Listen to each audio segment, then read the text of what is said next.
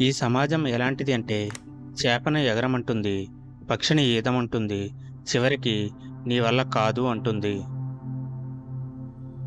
తగ్గి బతకడానికి, తలదించుకుని బతకడానికి చాలా తేడా ఉంది.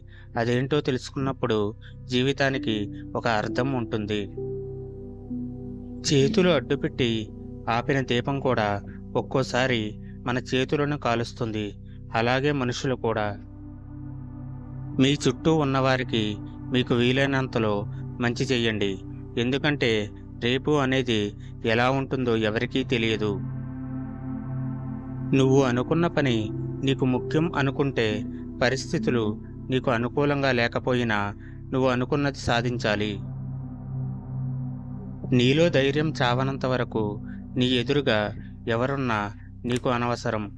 ఒక చరిత్ర సృష్టించేవాడివి నువ్వు. అన్నీ ఉన్నప్పుడు ఉండేది కాదు ధైర్యం. ఏమీ లేనప్పుడు, ఎవరూ లేనప్పుడు కూడా ఉండేది ధైర్యం.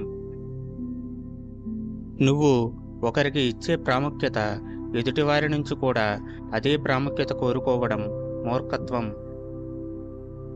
నీ లక్ష్యం గురించి ఏమీ తెలియనివాడు ఏది పడితే అది మాట్లాడుతూ ఉంటాడు. అది మామూలే.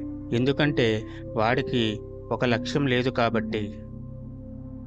అబద్ధం చెప్పడం అంటే ఎదుటివారిని నమ్మించడం, మోసం చేయడం కాదు. నీకంటూ ఒక క్యారెక్టర్ లేదు అని నిరూపించుకోవడం. నీ ప్రాణం పోయే వరకు నీకు ప్రాణం అనుకున్న వాళ్ళు కూడా పోతూనే ఉంటారు. అయినా సరే నువ్వు జీవించక తప్పదు.